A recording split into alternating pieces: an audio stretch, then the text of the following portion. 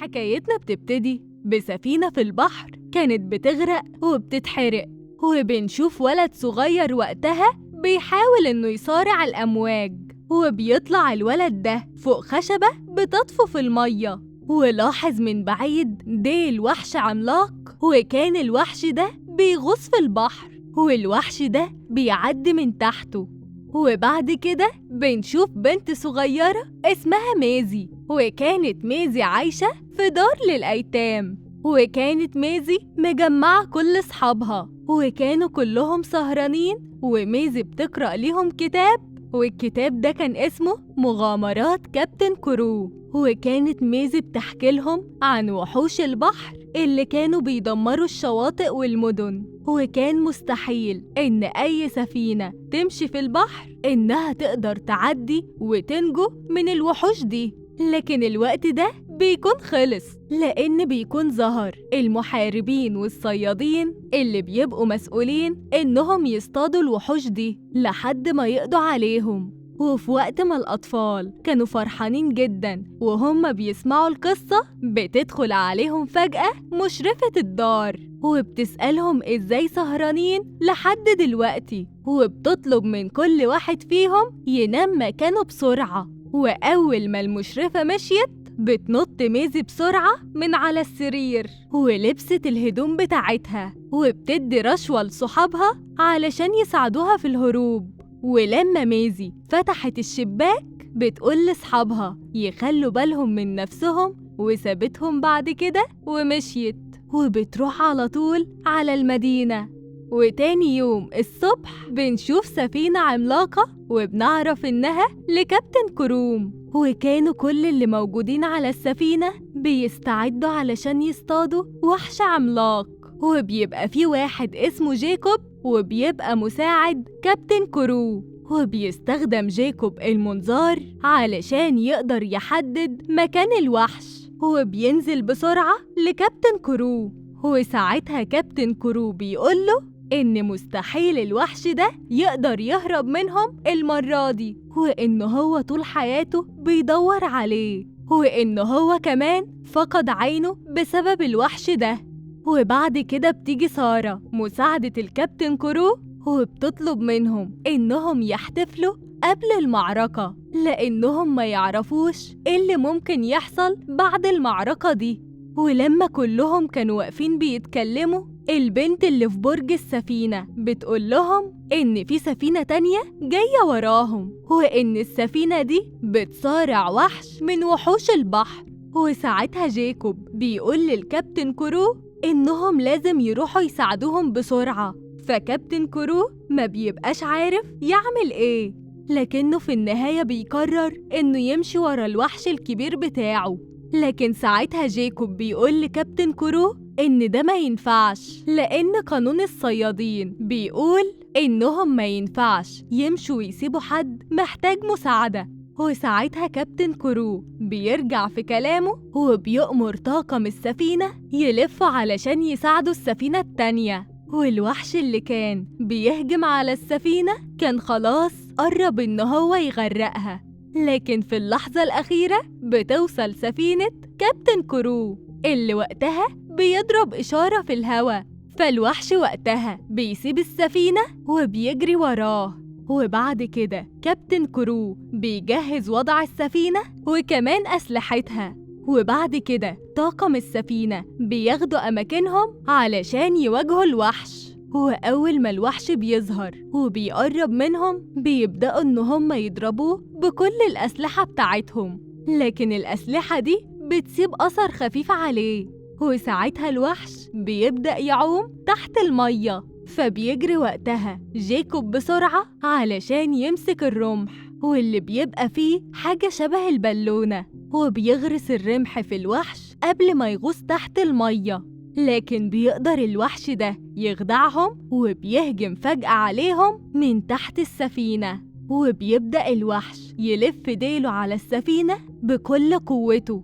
ووقتها الكابتن كرو ومساعدته سارة بيحاولوا إنهم يتفادوا دراعات الوحش الكتيرة دي، وبيضربوا كمان عليه بالنار، فلما جيكوب بيلاحظ إن طاقم السفينة في خطر بيبدأ يتحرك بسرعة، وبيبدأ إن هو يساعدهم واحد ورا التاني لحد ما في الآخر بيرمي رمح على الوحش، وبيقدر إن هو يسيبه في نفس المكان اللي اتصاب فيه قبل كده. وساعتها الوحش بدأ يحس بالألم وبيسيب السفينة، لكنه بيرجع يهجم على السفينة مرة تانية، وبيوقع كمان جيكوب في المية، وبيهجم على جيكوب وبيحاول إن هو ياكله، لكن بيقدر جيكوب إنه يهرب من الوحش ده.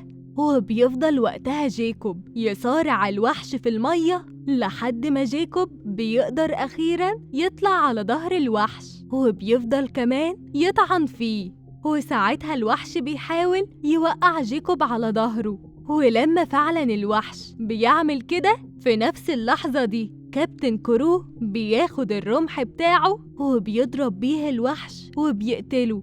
وساعتها الوحش بينزل تاني تحت المية، وبياخد كابتن كرو قرن الوحش تذكار منه، وبيسيبه بعد كده وبيطلع تاني. لكن فجأة بيصحى الوحش وبيسحب كابتن كرو معاه تحت المية، ووقتها كابتن كرو كان خلاص بيغرق، لكنه بعد كده بيفوق وبيلاقي نفسه على سطح المركب، وبيبقى جيكوب هو اللي أنقذ حياته. فبيقوم كابتن كرو يبص على الوحش الكبير وبيلاقي إن هو بعيد عن السفينة.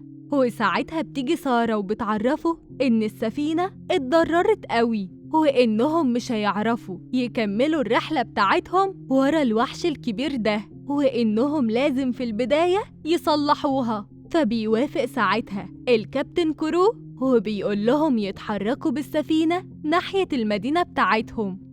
ولما الليل بيجي جيكوب والبحارة كانوا قاعدين بيحتفلوا بانتصارهم، فبتروح سارة لجيكوب وبتقوله إن كابتن كرو عايزه دلوقتي. وساعتها جيكوب بيسيب البحارة وبيروح لكابتن كرو علشان يشوفه عايز ايه. وأول ما بيدخل عليه بيقوله ما يزعلش، وإن هم هيصلحوا السفينة وهيرجعوا مرة تانية يدوروا على الوحش العملاق.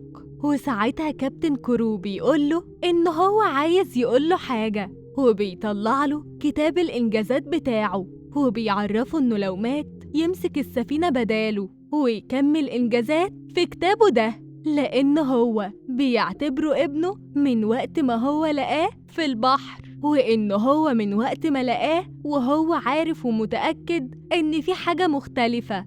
وأول ما بترجع السفينة للمدينة الناس كلها بترحب بالصيادين واللي كانوا شايلين كل تذكارات الوحوش اللي بيبقوا قضوا عليهم خلال رحلتهم. وكانوا الصيادين داخلين يحتفلوا مع أهالي المدينة، وكانت البنت اللي اسمها ميزي واقفة وسط الناس تتفرج عليهم. وبعد كده فضلت ماشية وراهم لحد مكان الحفلة. وساعة ما كان طاقم السفينة وجيكوب بيحتفلوا وبيرقصوا، جيكوب بيقرر يقعد يرتاح شوية.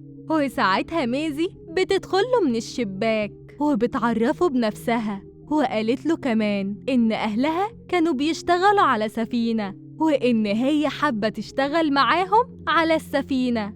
وساعتها بيرد عليها جيكوب وبيقول لها إن هم ما بياخدوش أطفال. فبترد عليه ميزي وبتقوله إنها هتروح علشان تعرف كابتن كرو. فلما بيلاقيها مصممة بيشيل ميزي وبيخرجها برا، وبيدي لسواق عربية فلوس علشان يرجعها تاني الملجأ، وبيحطها جوه العربية وبيقفل عليها، وبعد كده بيودعها. ولما بيرجع تاني لسارة بيفضلوا يشربوا، بيفوقوا بيلاقي نفسه في العربية مع كابتن كرو، وكانوا كلهم رايحين لقصر الملك.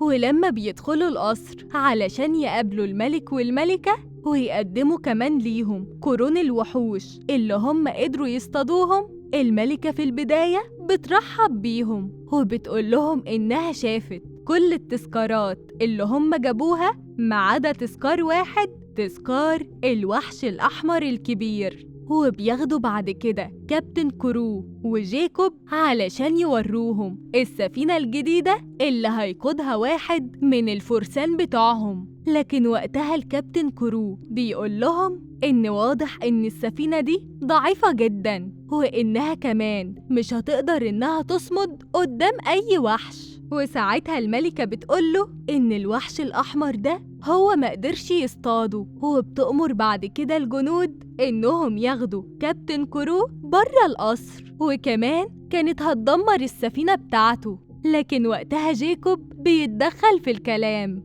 وحاول وقتها إنه يهدي ما بينهم، وبيقنع بعدها الملكة إن السفينتين يتحركوا في البحر علشان يصطادوا الوحش الكبير، ولو كابتن كرو قدر إن هو يصطاده يبقى الملكة تخلي السفينة زي ما هي. لكنه لو خسر ومقدرش يصطاد الوحش الأحمر الكبير تبقى وقتها بقى تدمر السفينة، وهيبقى كده القائد بتاعها هو اللي كسبان. وبيعرف كمان الملكة إن في الحالتين هي اللي هتبقى فايزة. وساعتها الملك بيقتنع بكلام جيكوب وعلى طول بيوافق. وبعد كده البحارة بيركبوا السفينة وبيتحركوا مع كابتن كرو. وساعتها كابتن كرو بيقول لهم إن جيكوب هو هيكون قائد السفينة المرة دي، وبيبدأوا طاقم السفينة يحتفلوا كلهم بجيكوب. لكنهم وهم بيفتحوا الصناديق بيكتشفوا إن ميزي مستخبية في واحد من الصناديق دي. وساعتها جيكوب بيقول لها إنهم لما يوصلوا لأقرب مينا هينزلوها فيه. لكن ساعتها بيجي كابتن كرو وبيسألهم إيه اللي بيحصل، وأول ما بيشوف قدامه ميزي وبيسمع كلامها بيقول لهم يخلوها على السفينة، وبيطلب وقتها من مساعدته سارة إنها تقعد معاها. وساعتها ميزي بتحيي جيكوب وبتروح على طول مع سارة، وبتبص بعدها على جيكوب وبتطلع لسانها. ولما ميزي بتدخل مع سارة الأوضة سارة بتبدأ توريها الأسلحة، وبتقول لميزي كمان تخلي بالها من نفسها، وبتديها سكينة صغيرة علشان تخليها معاها. وطول الليل والنهار وهم بيبحروا في الطريق بيدوروا على الوحش. وساعتها جيكوب بيطمن كابتن كرو وبيقول لي ما يقلقش لأنهم هيوصلوا للوحش. ولما كانوا واقفين بيتكلموا بيحسوا ساعتها إن في حاجة غريبة. ووقتها جيكوب بيقول لطاقم السفينة يستعدوا ويقفوا في أماكنهم علشان الوحش هيظهر دلوقتي. وفعلا وقتها كل طاقم السفينة بيروحوا ياخدوا أماكنهم وبيحضروا نفسهم ومعاهم كل أسلحتهم. فبتبدأ ساعتها السفينة تتهز من تحتهم وكانت على وشك إنها تغرق. وفجأة الوحش بيهجم على السفينة، ووقتها كل الصيادين بيرموا عليه الرماح واللي كانت مربوطة بحبال في السفينة. فالوحش وقتها بياخدهم وبيجري، وساعتها السفينة بتتسحب ورا الوحش. فالوحش وقتها بيغطس في المية وبيلف كمان بيهم في دواير لحد ما بيعمل حواليهم دوامة، وكان هيسحب السفينة تحت المية. ووقتها الكابتن كرو بياخد الرمح بتاعه وكان رايح علشان يقتل الوحش. لكن ساعتها جيكوب بيحذر كابتن كرو وبيعرفه إن السفينة مش هتتحمل. فالكابتن كرو وقتها ما بيسمعش كلامه وبيكمل طريقه. ولما السفينة بتتقلب ميزي بتطلع بسرعة من أوضتها، وكانت هتقع على حافة السفينة لحد ما وصلت للحبل. وأول ما ميزي شافت كل اللي بيحصل ده طلعت السكينة الصغيرة بتاعتها وبدأت إنها تقطع في الحبل. ووقتها كابتن كرو بيشوفها وهي بتعمل كده، فبينادي وقتها كابتن كرو على جيكوب علشان يمنع ميزي بسرعة. لكن لما جيكوب بيوصل لها وبيمسك ايديها علشان يمنعها بيلاقي إن السفينة فعلا بتنهار. ووقتها ميزي بتسحب ايديها منه وبتكمل قطع الحبل. وفعلا أول ما الوحش بيتحرر السفينة بترجع مكانها تاني. لكن ساعتها هما الاتنين بيطيروا في الهوا وبيقعوا على طول في البحر. فبيجري وقتها جيكوب علشان ينقذها، لكن ميزي بتشاور له وراه، وبيظهر فجأة إن وراهم وحش، وكان الوحش واقف بعيد بيبص ليهم هما الاتنين، وبعد كده بيسيبهم وبيختفي. وساعتها هما الاتنين بيطلعوا على السطح وبيلاقوا مركب، وبيركبوا في المركب دي علشان تنقذهم. وبعد كده كابتن كرو بينادي عليهم وبيقول لجيكوب يجيب له البنت دي عنده، وبيرفع بعد كده كابتن كرو مسدسه، لكن في اللحظة دي بيظهر الوحش تاني من تحت المية، وبيبلع المركب اللي موجودين عليه هما الاتنين. وبعد كده بيغطس تاني تحت المية قدام كل الموجودين. وبعد ما الوحش بيمشي، سارة بتروح لكابتن كرو وبتعرفه إن السفينة بتغرق وإنهم مش هيقدروا يكملوا. ولما كابتن كرو بينزل للسفينة من تحت علشان يشوف إيه اللي حصل، بيأمرهم إنهم يطلعوا على جزيرة اسمها موكوش. فواحد من المساعدين بيقوله إنه هيروح هناك علشان يقابل جوين، لكن وقتها كرو بيبص ليه وبيسيبه ويمشي. وبعد كده بيوصل كابتن كرو للجزيرة اللي عايز يروحها، وبيروح فعلا علشان يقابل العرافة المشهورة. وأول ما بيدخل عندها بتاخده علشان توريه السلاح بتاعها، وبتعرفه إن السلاح ده قوي جدا وكمان مليان بالسم علشان يقدر بيه يهزم أقوى وأخطر الوحوش. وبتقوله إنها مسمية السلاح ده رمح القدر، وبتقوله كمان إنه قبل ما يجيلها إن اللي بيجي وبيطلب طلب بياخد اللي هو عايزه، لكنه من بعدها ما بيشوفش أي يوم حلو. وبتسأله إذا كان هو موافق، فبيعرفها إن هو موافق. وعلى الجانب الآخر بنشوف جيكوب وميزي وبيلاقوا نفسهم لسه عايشين جوه الوحش، وكان واضح قوي إن ميزي خايفة جدا. فبيبدأوا هما الاتنين يتحركوا جوه الوحش علشان يستكشفوا المكان، وبيحاولوا كمان إنهم يكتشفوا أي مكان يهربوا منه لحد ما بيقدروا يوصلوا لفتحة مناخيره. وبيلاحظوا إنهم طلعوا على السطح، والوحش وقتها كان بيعوم قدام جزيرة. فجيكوب بيحاول إنه يخلي الوحش يعطس، وفعلا وقتها جيكوب بيطير بره الوحش. أما ميزي بتفضل ماسكة في الرمح اللي بيبقى لسه متعلق في مناخير الوحش، لكن الوحش بيشوف الحبل ولما بيشده وقتها ميزي هي كمان بتقع بره، وبتفضل تتمرجح قدام الوحش لحد ما الوحش بيمسكها من رجليها وبيفضل باصص لها من غير ما يأذيها. وجيكوب وقتها بيشوف كل اللي بيحصل ده، فبيحاول ساعتها إن هو ينقذها، لكنها ساعتها بتخلع الجزمة بتاعتها علشان الحبل يقع وجيكوب ما يوصلهوش. لكن بيرجع جيكوب يحاول تاني وبيجري بسرعة علشان يوصل للرمح بتاعه، لكن وقتها الوحش بيتعصب وبيعمل موجة بإيده وبيطير جيكوب من قدامه، وبيسيبهم بعد كده وبيمشي. وبعد كده جيكوب وميزي بيفضلوا هما الاتنين يلوموا بعض على اللي حصل، لكنهم فجأة بيسمعوا أصوات غريبة.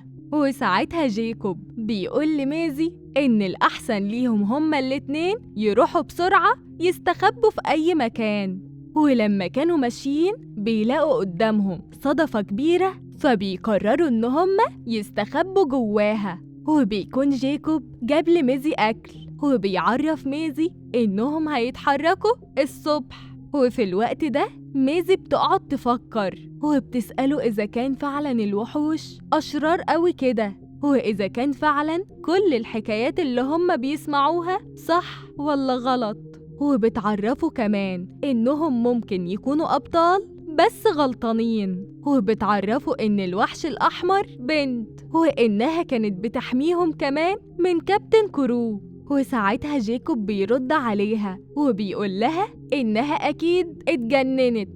وفي اليوم اللي بعده الصبح ميزي بتشوف قدامها كائن غريب لونه أزرق، وكان الكائن ده بيدور على أي حاجة عندهم علشان ياكلها، لكنه أول ما بيشوف ميزي صحيت من النوم بيطلع يجري، وساعتها ميزي بتطلع تجري وراه وبتحاول إنها تديله أكل، وهو فعلا بياخد منها الأكل وهو مبسوط.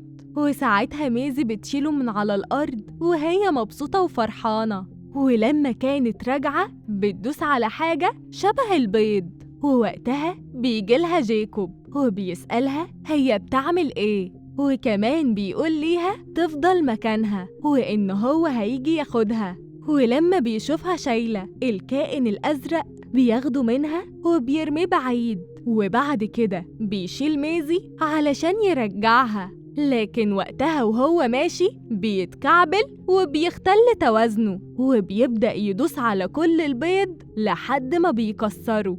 ووقتها بيطلع من البيض ده كائنات غريبة لونها أصفر، فبيطلع جيكوب وميزي يجروا، والكائنات الصغيرة اللي لونها أصفر بتطلع تجري وراهم لحد ما بيلفوا حواليهم، وبتيجي مامتهم اللي بتبقى عملاقة تدور عليهم، وساعتها كلهم بيروحوا لها. فجيكوب وميزي بيحاولوا بسرعة يهربوا في المركب، لكن وقتها الأم العملاقة دي بتطلع تجري وراهم لحد ما ميزي بتلاحظ إن لسه في طفل من ولادها متعلق في ظهر جيكوب، فبترجعه لمامته. ووقتها الأم بتقف مكانها وبتاخد ابنها الصغير وبتمشي بيه، وبعد كده جيكوب بيشوف الخريطة علشان يبدأوا يتحركوا بالمركب، لكنهم وقتها بيتفاجئوا بوحش غريب قدامهم، وكان الوحش ده شبه السلطعون، وبيبدأ يشيل المركب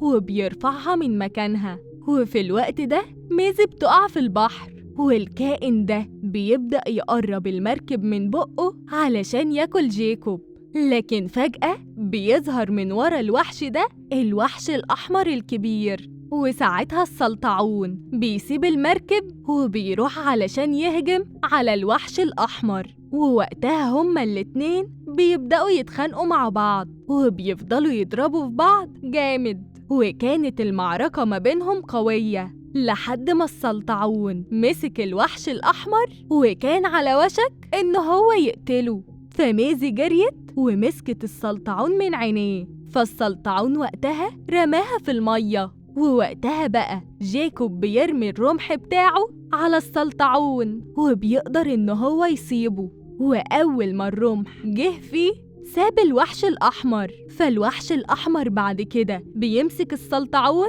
وبيحدفه بعيد، وبعد ما المعركة دي بتخلص جيكوب بيبدأ يدور على ميزي في البحر، وللأسف ما كانش شايفها، لكن فجأة جه الكائن الأزرق وطلع بميزي من وسط المية، وقدر إن هو ينقذ ميزي من الغرق. ولما جيكوب سحبهم هما الاتنين من المية لقى إن المركب متدمرة وفيها ثقب وكده تبقى على وشك إنها تغرق، فبيقول جيكوب لميزي إن الأحسن ليهم يرجعوا تاني على الجزيرة، فقالت له إن ده مش هينفع، وبتقوله يطلبوا من الوحش الأحمر إنه يساعدهم ويوصلهم للمكان بتاعهم. وفي الوقت ده ميزي بتستخدم الكائن الأزرق اللي معاها علشان تفهم الوحش الأحمر هي عايزة إيه بالظبط، وفعلا الوحش الأحمر بيفهم ميزي وبينزل تحت المية وبيرفعهم بالمركب بتاعتهم من المية وبياخدهم فوق ظهره علشان يكمل بيهم الطريق. ولما بيبقوا في الطريق جيكوب بيقيس المسافات وبيقول لميزي إنهم لازم يمشوا في الاتجاه ده، وبيبدأ جيكوب يربط نفسه وبيحاول إن هو يفهم الوحش الأحمر إن هو عايزها تمشي في الاتجاه اللي هو عايزه، لكن الوحش الأحمر ما بتفهمهوش. وفي الوقت ده ميزي بتربط نفسها وبتنزل من الناحية التانية وبتحاول تفهم الوحش الأحمر اللي هم عايزين يقولوه لها، وفعلا الوحش الأحمر بتسمع كلام ميزي وبتبدأ تمشي في الاتجاه اللي هي عايزاه. وبتلاحظ ميزي إن الكائن الأزرق رايح ناحية الرماح واللي بيبقى موجود منها كتير على ظهر الوحش الأحمر، فبتروح ميزي وبتحاول إنها تشيل الرماح واحد ورا التاني، وبتقضي ميزي يومها كله وهي بتشيل الرماح من على ظهر الوحش الأحمر. وبيمر بعد كده يوم ورا التاني لحد ما الأكل بتاعهم بيخلص وبيبقوا جعانين. فبيقرر جيكوب وقتها إنه يصطاد سمك، لكنه ما بيعرفش يصطاد ولا سمكة. ووقتها الوحش الأحمر بيحاول إنه يساعدهم وبيجمع لهم السمك حواليهم لحد ما بيقدروا يصطادوا السمك وبياكلوا كمان لحد ما بيشبعوا. وجيكوب بيلاقي ميزي بتكمل شيل الرماح من على ظهر الوحش الأحمر، فبيروح علشان يساعدها. وكان جيكوب متضايق جدا من الحالة اللي فيها الوحش. وأول ما بيجي الليل بيقعدوا علشان يرتاحوا، فجيكوب بيبدأ يقرأ في الكتاب وبيقول إن كل اللي مكتوب ده حاجات مش حقيقية. ولما كانوا قاعدين بيلاقوا إن في عاصفة شديدة جاية عليهم، فبيلموا كل حاجتهم وبيدخلوا جوه الوحش تاني، وده علشان يحتموا من العاصفة. وبيشوفوا كل الأماكن اللي الوحش بيعوم فيها، حتى آثار السفن القديمة اللي اتدمرت وهي بتحارب الوحوش، وكمان بيشوفوا بقايا الوحوش الميتة. وأول ما الشمس بتطلع بيلاقوا إن هم وصلوا للجزيرة اللي هم عايزينها، وبيبدأ الوحش يقربهم من الجزيرة لحد ما بينزلوا بأمان عليها. وكمان ميزي بتودع الكائن الأزرق بتاعها، وبياخدوا جيكوب علشان يرجعوا المية. وفي النهاية ميزي بتحضن الوحش الأحمر وبتشكرها على مساعدتها ليهم، وبتعرفها كمان إنها هتوحشها جدا. لكن فجأة الوحش الأحمر بيحس إن في حاجة غريبة، وبيبدأ إن هو يمشي جوه الجزيرة، وجيكوب وميزي بيروحوا على طول وراه لحد ما بيشوفوا السفينة بتاعة الإمبراطور. فبيحاولوا ساعتها إنهم يمنعوا الوحش الأحمر إن هو يهجم على السفينة دي، لكن في واحد من جنود الإمبراطور بيشوف الوحش الأحمر وبيضرب عليه بالنار. وساعتها الوحش بيتعصب جدا وبيهجم عليهم، وبتجري ميزي في الطريق والسفينة بتفضل تضرب فيهم بالمدافع. لكن ميزي كانت بتجري جنبها وبتحاول إنها تمنعها، لكن فجأة بتيجي شظية من المدافع بتصيب ميزي للأسف. فبيكمل الوحش الأحمر هجوم لحد ما بيكسر السفينة وبيقسمها كمان نصين. وفجأة بيلاقوا إشارة في السماء وبيشوفوا إن سفينة كابتن كرو جاية من بعيد عليهم. فالوحش الأحمر بيروح لسفينة كابتن كرو علشان يهجم عليها ويدمرها هي كمان، لكن كابتن كرو كان بيجهز السلاح الخطير بتاعه وبيضربه على الوحش، وبيقدر للأسف إن هو يصيبه. وللأسف الوحش بيبدأ يتأثر وبيغمى عليه وبيطفو على السطح. ووقتها بقى كابتن كرو بيأمر كل رجالته إنهم يشيلوا الرمح من الوحش بسرعة علشان ما يموتش بسبب السم. وبعد كده كل رجالة كابتن كرو بيبدأوا يربطوا الوحش بالحبال وبيجروه كمان ورا السفينة. وبعد كده كابتن كرو بيبص بعيد بيلاقي مركب صغيرة عليها جيكوب وميزي اللي بتبقى مصابة وحالتها خطيرة جدا. وأول ما بيوصلوا على السفينة بيبدأوا إنهم يعالجوها، وجيكوب كمان بيتبرع عليها بدمه علشان تخف. وبيقعد بعد كده يحكي لكابتن كرو على كل اللي حصل، لكن كابتن كرو ما بيقتنعش بالقصة بتاعته، ده غير إنه كمان ما بيصدقهاش. وبيسأل جيكوب إذا كان هو معاهم ولا مع الوحش الأحمر. وفي الوقت ده ميزي بتبقى سامعة كل الكلام وبتقوم من على السرير بسرعة علشان تهجم على كابتن كرو، لكن وقتها جيكوب بيمسك ايديها وبيمنعها وبيرجعها تاني على سريرها. وبعد كده ميزي بتقول لجيكوب إن هو لازم يساعد الوحش الأحمر، ووقتها جيكوب بيعتذر منها وبيقول لها إنه مش هيقدر. ولما بيوصلوا للمدينة عند الملك والملكة ميزي بتفضل تخبط على باب الأوضة بتاعتها وبتحاول إنها تفتحه علشان تخرج، لكنها للأسف ما بتعرفش. فبيجي وقتها الكائن الأزرق الصغير وبيطلع على السفينة وبيفتح كمان شباك الأوضة لميزي، وبتلاقي ميزي إنهم وصلوا عند بوابة المملكة، وبتلاحظ كمان وبتشوف الشعار اللي موجود فوق البوابة، وبتكتشف ميزي إن الشعار ده موجود على كل الكتب اللي موجودة في مكتبة السفينة.